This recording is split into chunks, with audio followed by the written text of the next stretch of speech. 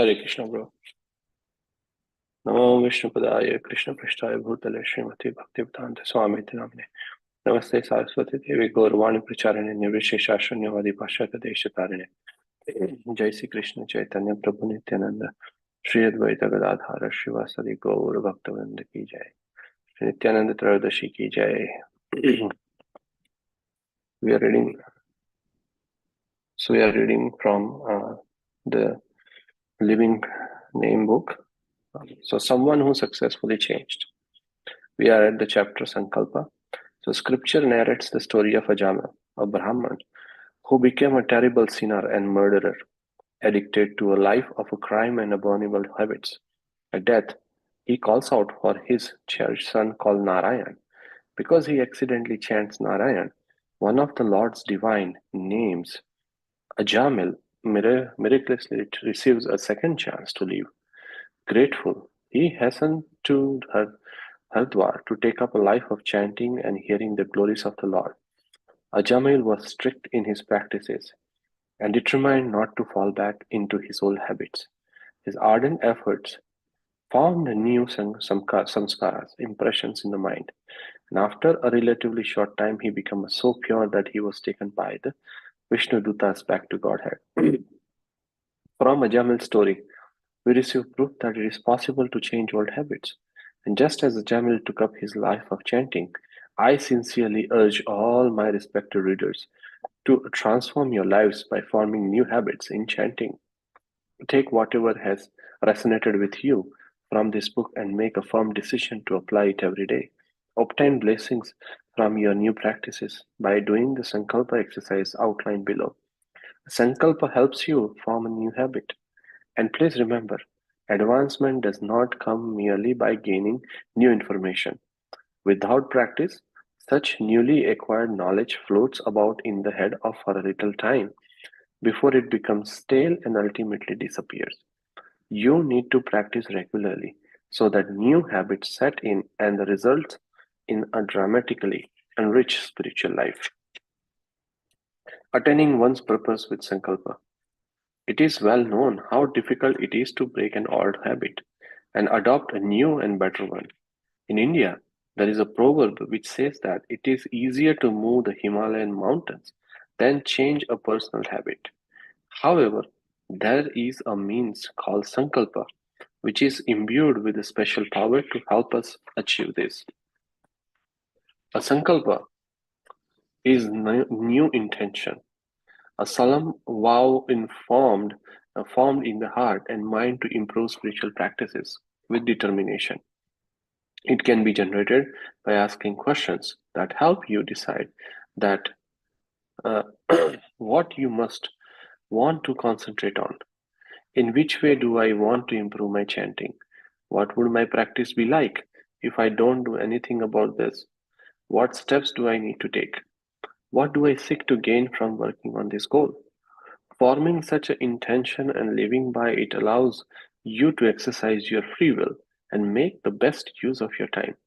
It helps you remember why you are about to embark on the most sacred practice of chanting and what you hope to give and receive from it. Soon enough, your intention will become your best friend, and you can gradually break free from slavery of material conditioning. You'll be able to do something wonderful with your life. A sankalpa derives its strength from the blessings and empowerment of the Lord. A verse in Srimad Bhagavatam describes the efficacy of sankalpa. A person who has faith in me and who absorbs his mind in me, the fulfiller of all desires, will achieve his desired object, sankalpa, by the very means. Srimad Bhagavatam 11.15.26.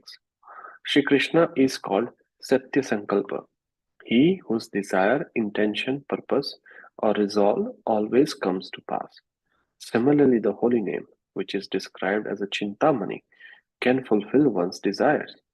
Fortunately, this does not apply to our fleeting desires that come and go like clouds in the sky. However, when a devotee consciously goes to Krishna to seek help in fulfilling a certain purpose, his desires receive the attention of Krishna, who can by his power fulfill them. Sankalpa thus derives his strength from Krishna. Srila Bhaktisiddhanta Saraswati Thakur mentions that one should be determined to revive one's lost relationship with the Supreme Lord by the infallible means of devotional service. Forming a sankalpa. So in Vaishnava tradition, devotee would often form a sankalp to observe Ekadashi, a fasting day where one increases their devotional practices. On the evening before fasting, the devotee would reflect upon the vows they wish to keep on this special day. Then they would go before the altar, offer their vows to the Lord, and request blessings to fulfill those vows. These vows were for the Lord's pleasure, of course. This practice of being mindful and intentional goes a long way in anything we wish to achieve. Amid the chaos and complexities of the material world, forming a one-pointed sankalp is simple yet essential practice in pursuit of the spiritual. It keeps one closely connected to their purpose. So the sankalpa exercise. So first, now take a moment to think clearly about what you wish your best chanting be like. Perhaps you wish to chant with absolute absorption, or at least with with more focus, or more connected to Krishna throughout your practice. Try to discover your own answer organically. It is your personal answer that will determine the goal in your chanting. How will you know if you have arrived at your own answer? Simple. You will feel great excitement and joy in your heart. You will feel that to reach this goal will unlock the life you truly want to live. Next, reflect on your chanting at the present moment. Consider, are you inspired when you chant? Do you give priority to your chanting? Do you does your chanting tend to be mechanical or is it enlivened? Are these habits you want to give up or new ones you want to adopt? Try to be the honest and clear as possible. Write or reflect on this from the heart. Now, brainstorm a specific practical and physical step you could take to help you advance on your journey to your best japa. It may be an aspect of yojan or practice to imbibe the mood of sambandha, seva, vipralamba, or saranagati. Important. Identify one new practice only, not several. You can list several options, but choose to adopt just one at a time. Often people set their minds on too many new practices and end up doing none due to limited capacity. Write down one clear aim.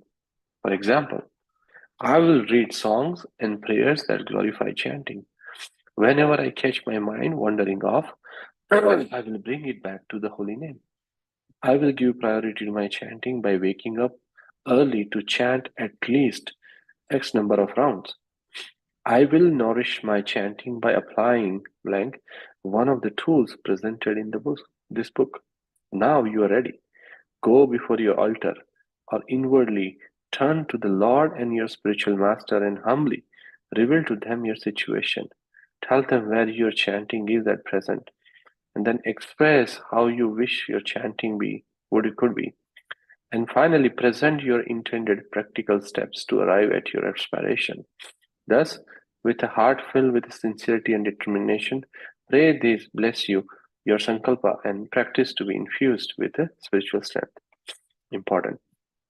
The questions in step 2 and the corresponding answers in step 3 serve only as an examples. It is essential that you find your individual answers to become a truly inspired chanter. Only when you discover your own passion for the practice does it really take it off. You might need to do this exercise again. Hare Krishna. Hare Krishna, Prabhu. We'll stop here. Yes, You want me to complete the page? I think we can stop. Okay.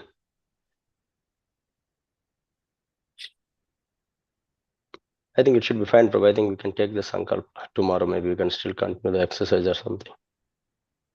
You want me to continue? Or you can do it tomorrow, yeah. We can do it tomorrow, Prabhu. We can do it tomorrow. Yeah.